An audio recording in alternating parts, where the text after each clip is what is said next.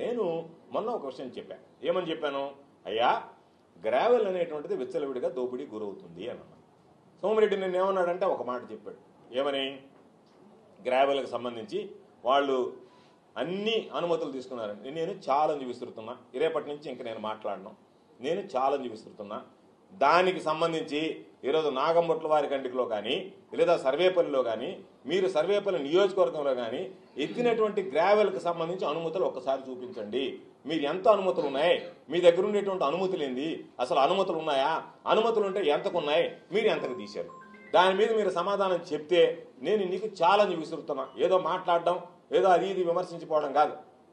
But నేను లావే, ఎందుకంటే నాకు తినింది తిన్నట్టుగా ఒంటికి పడుతుంది కాబట్టి నేను లావుగా ఉంటాను. నీకు తినింది ఒంటికి పట్టడం లేదు కదా, అందుకే నువ్వు బక్కబక్కగా ఉండవు. కాబట్టి దాని గురించి మాట్లాడాను తప్ప నేను చెప్తున్నా, నేను తినింది తిన్నట్టుగా నాకు ఒంటికి పట్టదు, నాకు వేరే ఆలోచన ఉండదు, నాకు కుళ్ళు పోతు చేష్టాలు ఉండవు. మామూలుగా నేను తినింది తిన్నట్టుగా ఒంటికి పడతాను కాబట్టి నేను ధైర్యంగా ఉండగలను, ఆరోగ్యంగా ఉండగలను, బలంగా ఉండగలను. నీకు అది ఒంటికి పట్టదు కాబట్టి నీకు ఎంతసేపటికి ఇతరుల గురించి ఏడ్చేటువంటి బుద్ధి కాబట్టి నువ్వు బలహీన పడిపోతున్నావు. నేను నీకు 2 విషయాలు చెప్తున్నా. ఒకటి, నువ్వు దీనికి నిలబడి రేపు విలేకరుల సమావేశం పెట్టి నువ్వు తీసినటువంటిది పోదాం రా, మీడియాని తీసుకొని పోదాం, నేను కూడా వస్తాను, నువ్వు కూడా రా, వచ్చి ఇదిగో ఇంత అనుమతులు ఉన్నాయి, ఈ అనుమతుల ప్రకారం తీసామంటే ఇంక నేను గ్రామాల గురించి మాట్లాడితే అప్పుడు మాట్లాడు. నువ్వు అది కాకుండా ఏదో మసిబూసి మారేడికాయ చేసి అనుమతులు లేని దగ్గర గ్రావెల్ ఎత్తి ఆ ఎత్తినటువంటి దాన్ని వాళ్ళు జిఎస్టీ కట్టారంట, దానికి సంబంధించినటువంటి నువ్వు అనుమతుందా, ఇల్లీగల్ క్వారీయంగా లీగల్ క్వారీయంగా దాన్ని తీసుకొచ్చి ఆ గుంతలను పూర్తి చేయాల్సినటువంటి అవసరం ఏమర్పడింది అనే దానికి సమాధానం చెప్పాలి. అది ఒకటి. రెండోది, ఏదో చెప్పాడు బినామీలు గినామీలు అని. నేను నీకు ఇంకొక ఛాలెంజ్, రెండో ఛాలెంజ్ విసురుతున్నా. నా మీద నువ్వు పెట్టినటువంటి కేసులు, నా మీద నువ్వు చేసినటువంటి ఆరోపణలకి సిబిఐ విచారణకి నేను సిద్ధంగా ఉన్నా. ఇప్పటికే లేఖ రాశా, సిబిఐ విచారణకి నేను సిద్ధము అని. నీకు దమ్ము ధైర్యం ఉంటే సర్వేపల్లి నియోజకవర్గంలో ఈ రోజు జరిగేటువంటి అవినీతి కార్యకలాపాల మీద నువ్వు సిబిఐ విచారణకు సిద్ధమా?